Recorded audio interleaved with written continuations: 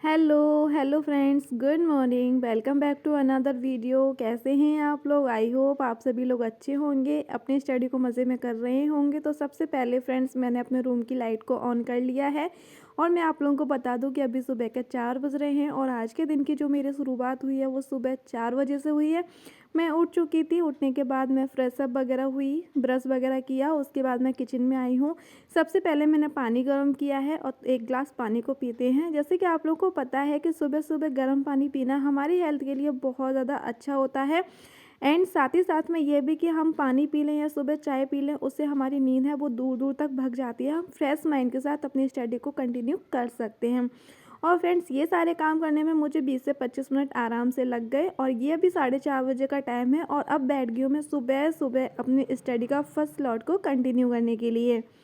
तो फ्रेंड्स, सबसे पहले मैं आप लोगों को बता दूं कि मैं अभी बिहार टीआरई 3.0 की प्रिपरेशन कर रही हूं और जो लोग भी आप लोग मेरे साथ बिहार टीआरई 3.0 की तैयारी करना चाहते हैं तो प्लीज़ चैनल को सब्सक्राइब कर लीजिए और अगर आप लोगों को वीडियो अच्छी लगे तो प्लीज़ वीडियो को लाइक भी कर दीजिए। अब चलते हैं अपने वीडियो की तरफ।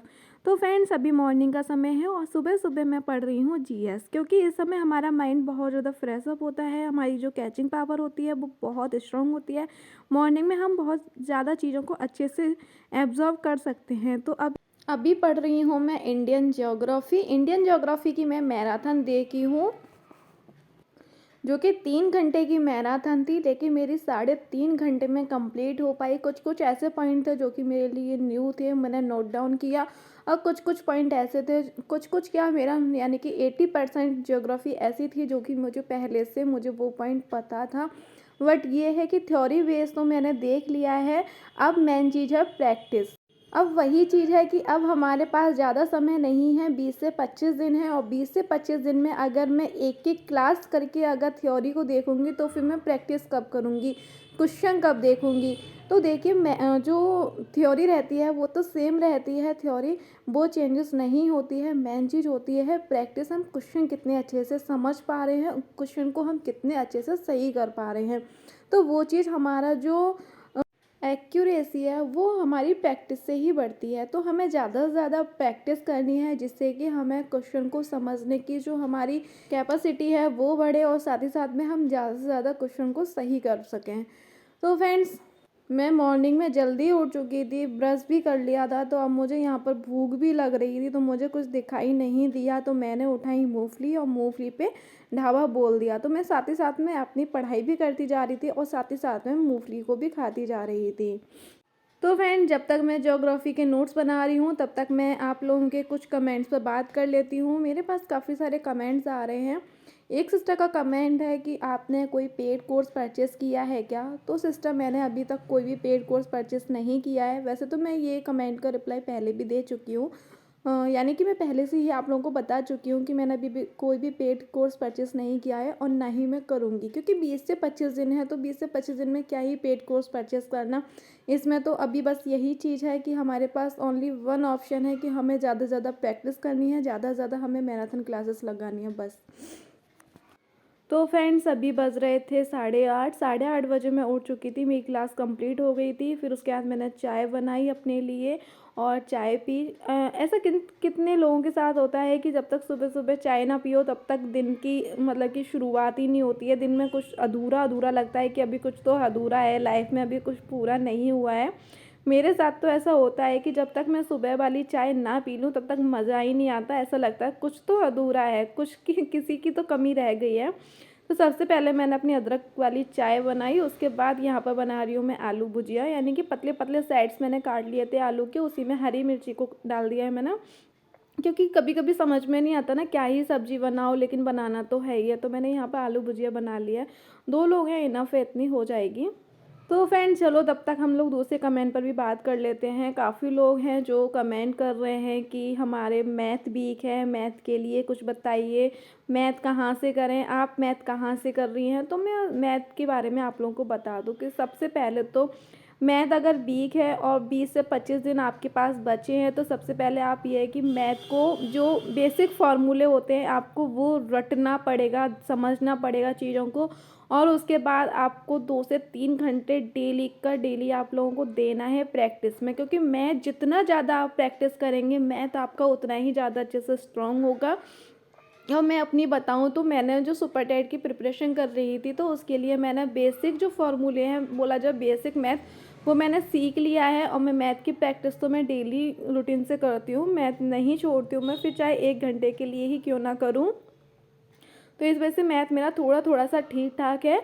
और रही बात प्रैक्टिस की, तो अभी जो अध्ययन मंत्र यूट्यूब चैनल है वहाँ से आप प्रैक्टिस कर सकते हैं। साथ ही साथ में वो कंसेप्ट आपका जो बेसिक फार्मूले, बोला जाए बेसिक फार्मूले या कंसेप्ट भी सिखा रहे हैं और साथ ही साथ में प्रैक्टिस भी करा रहे हैं। तो आप वहाँ से अध्ययन मंत्रा से आप कर सकते हैं।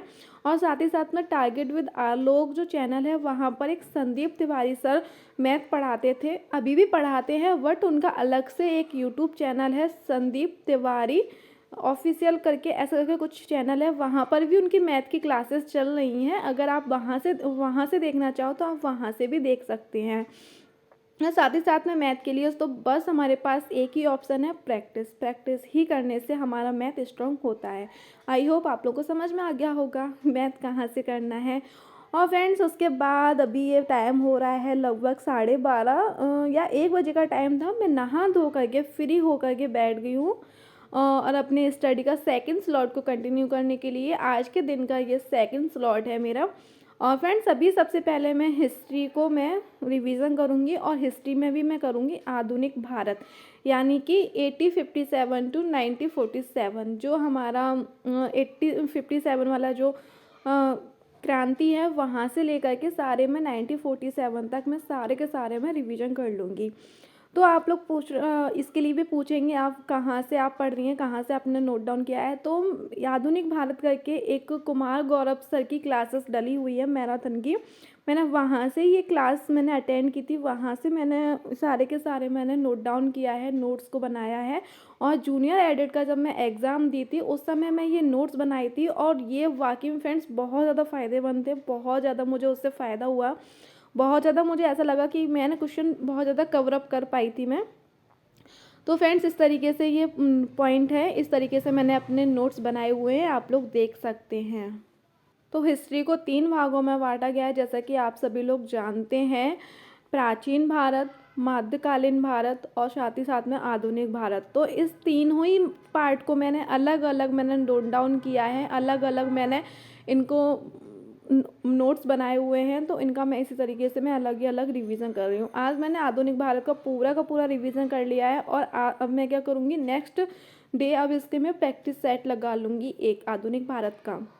तो इससे काफ़ी सारे क्वेश्चन हैं कवर हो जाएंगे। और ये स्लॉट मेरा हो गया था 5 बजे तक। उसके बाद 5 बजे मम्मी आई थी, तो आज मम्मी आलू की टिक्की लेकर के आई थी, तो आलू की टिक्की है, साथ ही साथ में मैंने चाय बनाई थी क्योंकि मम्मी ऑफिस से आई थी तो उस वजह से। तो आप लोग भी आ जाइए फ्रेंड्स, आलू की टिक्की को एंजॉय कर लीजिए विद चाय। वैसे चाय और आलू की टिक्की का कोई भी कॉम्बिनेशन नहीं है, लेकिन ठीक है, हमें जो पसंद है बस वही कॉम्बिनेशन बन जाता है। उसके बाद फ्रेंड्स ये 6 बजे का टाइम है, चाय और स्नैक्स वगैरह मम्मी को दे दिए थे। उसके बाद 6 बजे से फिर से बैठ गई अपने स्टडी का नेक्स्ट स्लॉट को कंटिन्यू करने के लिए। और यह मेरे आज के दिन का तीसरा स्लॉट है। तो फ्रेंड्स यहीं मैं एक कमेंट का और बात कर लेती हूँ क्योंकि मुझे लगता है वो कमेंट बहुत ज़्यादा ज़रूरी है, अभी मुझे एकदम से याद आ गया। एक सिस्टर का कमेंट आया था कि वो अदर स्टेट से हैं, फीमेल हैं और उनके 85 मार्क्स हैं। तो वो पूछ रही थी कि बिहार TRE 3.0 में वो अप्लाई कर सकती हैं या नहीं। तो मैं आप लोगों को बता दूँ सभी फीमेल्स के लिए जो नंबर हैं CTET के वो है 55%, यानी कि CTET का जो 55% बनता है वो बनता है 82.5 नंबर्स का। अब 82.5 तो होता नहीं क्योंकि CTET में एक क्वेश्चन 1 मार्क्स का होता है। तो आप लोग के अगर 83 मार्क्स हैं जिस भी फीमेल के, तो वो आप सभी लोग अप्लाई कर सकते हैं 83 मार्क्स वाले। तो फ्रेंड्स आई होप आप लोगों को समझ में आ गया होगा। 83 जिन लोगों के भी नंबर हैं वो लोग फीमेल सभी लोग TRE के लिए TRE 3.0 के लिए अप्लाई कर सकती हैं। अब चलते हैं फ्रेंड्स अपने ब्लॉग के तरफ आगे। तो फ्रेंड्स आज के ब्लॉग को हम यहीं पर ख़त्म कर रहे हैं। उम्मीद करती हूँ कि आज का ब्लॉग आप लोग को पसंद आया होगा। ब्लॉग पसंद आया हो तो प्लीज़ वीडियो को लाइक, चैनल को सब्सक्राइब जरूर कर दें। कल मिलेंगे न्यू वीडियो के साथ, तब तक के लिए